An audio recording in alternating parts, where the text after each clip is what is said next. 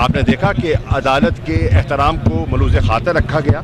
کوئی خدا نخواستہ کوئی حملے کا تصور ہی نہیں کر سکتا, اور جو ماضی میں ہوتا رہا ہے اس راستے پہ چلنا نہ مناسب ہے اور نہ ہمارا ارادہ تھا نہ ہے.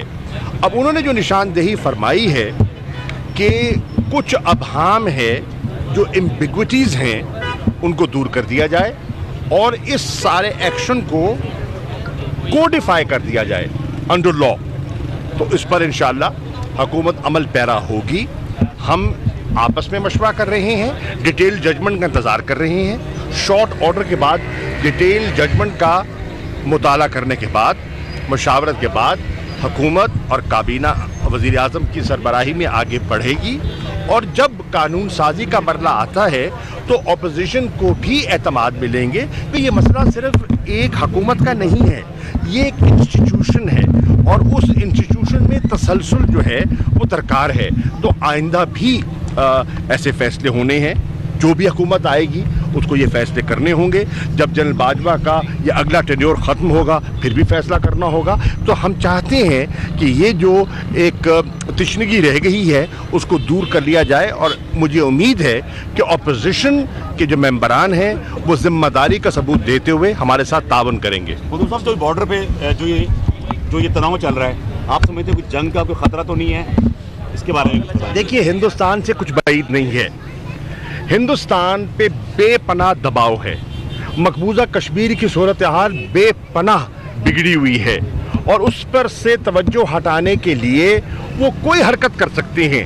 وہ فالس فلیگ آپریشن کا سہارا لیتے ہوئے وہ پاکستان پر نہ صرف نکتہ چینی کر سکتے ہیں, پاکستان پر چڑھائی بھی کر سکتے ہیں. چنانچہ ہمیں ہر وقت تیار رہنا ہوگا. اور مجھے یہ کہتے ہوئے کوئی اس میں کوئی دقت محسوس نہیں ہو رہی کہ ہماری افواج, ہماری ایئر فورس, ابھی ایئر چیف کے ساتھ میں تھا, ایئر یونیورسٹی کا ملتان میں انہوں نے نئے کیمپس کا جو ہے آغاز کا اس کا افتتاح کیا ہے.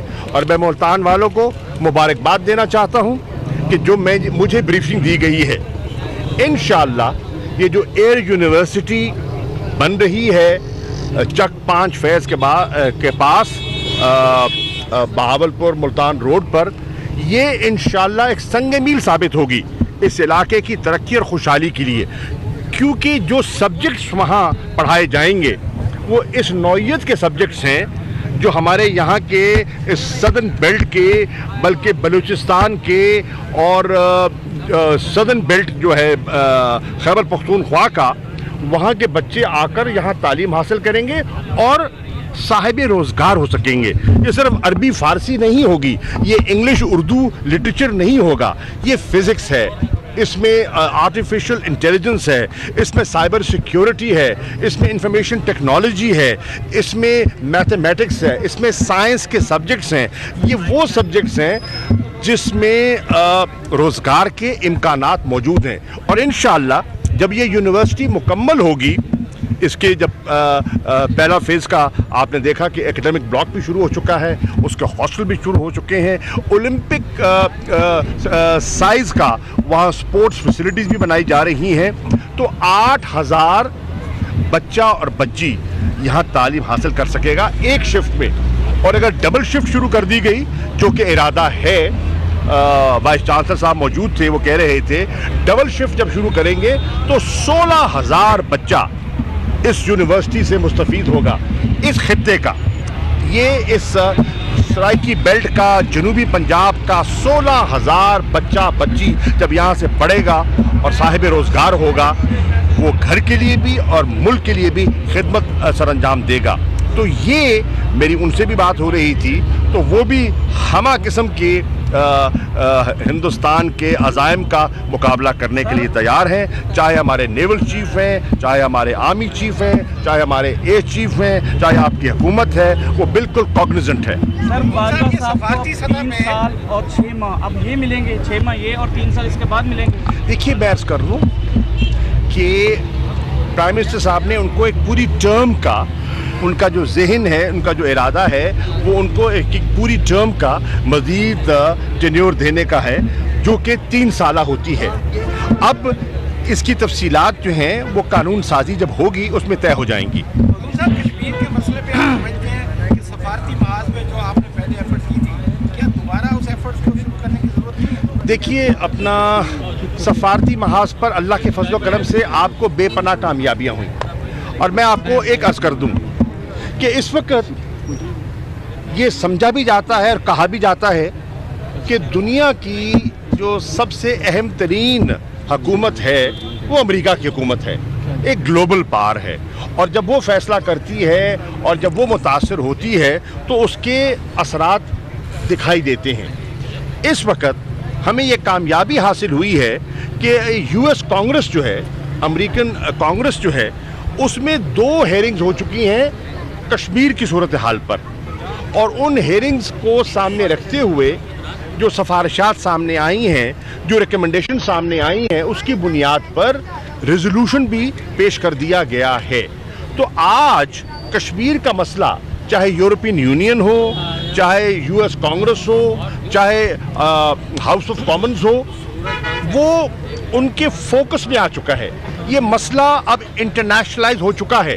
1965 کے بعد تقریباً یہ 5 دہائیوں کے بعد یہ مسئلہ جو ہے جس انداز میں اس کو اب ہائی لائٹ کیا گیا ہے, اس کی مثال نہیں ملتی.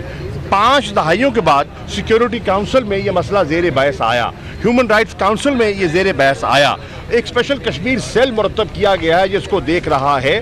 ہاں, ہوا یہ کہ اس اسنا دھرنے کی وجہ سے ہماری توجہ بٹی, ہماری میڈیا کی توجہ بھی بٹی, اور انہوں نے کشمیر سے اپنا فوکس ہٹایا اور جو ملک کی ڈومیسٹک سیاسی صورتحال ہے اس پر فوکس کیا. اس کا کسی حد تک کشمیر کاز کو نقصان ہوا. میں نے میڈیا سے پہلے بھی گزارش کی تھی اور پھر بھی گزارش کروں گا, آپ کی جو روزمرہ کی ڈیوٹیز ہیں, آپ کو ہمہ قسم کی چیزوں کو کور کرنا ہے, یا آپ کی مجبوری ہے. کوئی ایسا واقعہ ہو جاتا ہے وہ اس کو آپ صرف نظر کر نہیں سکتے.